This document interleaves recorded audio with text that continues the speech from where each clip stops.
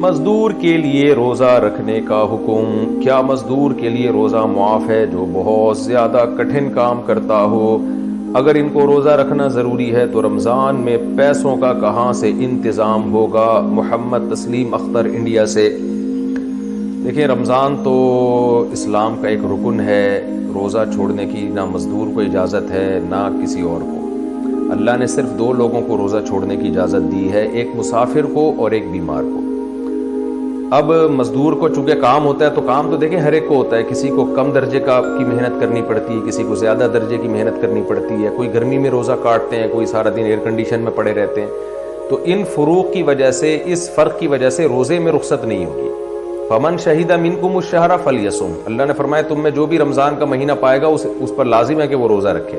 تو اس میں اللہ نے مزدوروں کو بھی خطاب کیا ہے، گڑھا کھودنے والوں کو بھی خطاب کیا ہے، جو ایئر کنڈیشن میں سارا دن گدے پہ بیٹھے رہتے ہیں ان کو بھی خطاب کیا ہے۔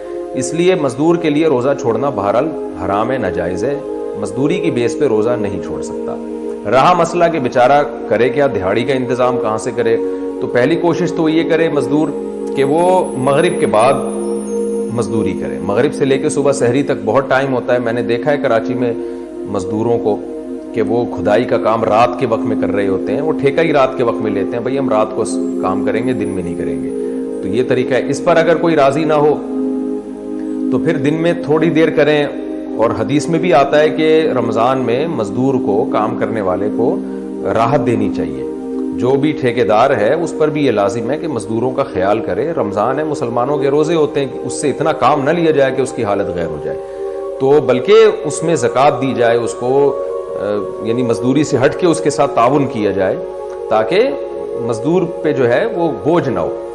تو دوسرا طریقہ میں نے بتایا کہ محنت کم کی جائے، اور پھر بھی یہ بھی ممکن نہ ہو تو پھر آخری آپشن مزدور کے پاس یہ ہے کہ روزہ وہ رکھے، چھوڑنے کی اجازت نہیں ہے، اور خدا نخواستہ اس کی حالت مزدوری کے دوران بالکل ناقابل برداشت ہو جاتی ہے، اسے یہ خطرہ ہوتا ہے کہ میں نے اگر روزہ نہیں توڑا تو میں مر سکتا ہوں، یا میں بیمار ہو سکتا ہوں، یا میں بے ہوش ہو سکتا ہوں، یا چکر آنا شروع ہو جائیں کمزوری کی وجہ سے۔ چکر آنا بھی ایک قسم بیماری ہے۔ روزے میں اگر صرف کمزوری محسوس ہو رہی ہے تو اس بیس پہ روزہ نہیں توڑ سکتے، کیونکہ ویکنس تو روزے کا حصہ ہے، یعنی وہ تو ہر آدمی کو، کسی کو زیادہ کسی کو کم۔ لیکن اگر چکر، دماغ گھومنا شروع ہو گیا، یا ڈر ہے کہ شوگر لیول اتنا ڈاؤن ہوگا کہ یہ بے ہوش ہو سکتا ہے یا مر سکتا ہے، تو ایسی کنڈیشن اگر روزے میں مزدور کی ہو رہی ہے تو پھر اس کے لیے روزہ توڑنا جائز ہوگا۔ تو وہ روزہ رکھے ضرور، اور جب ناقابل برداشت صورتحال ہو جائے، بیماری، ناقابل برداشت کا مطلب بیمار ہونے کا خطرہ ہو یا مرنے کا خطرہ ہو، تو ایسے خطرے میں پھر اس کے لیے روزہ توڑنا جائز ہوگا۔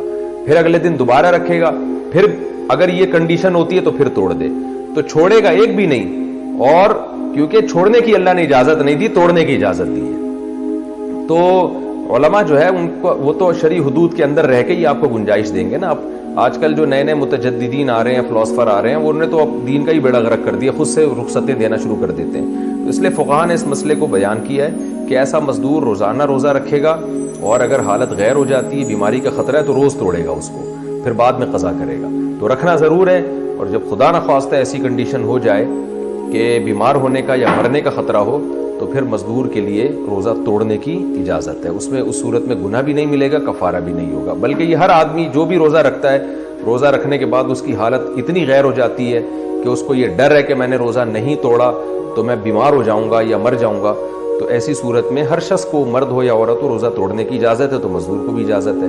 رکھنا ڈیلی پڑے گا، پھر اس کے بعد توڑ دے، اور پھر سردیوں میں جب دن چھوٹے ہوتے ہیں یا آسان ہو جاتا ہے روزہ، اس وقت اس کی قضا کر لے وہ۔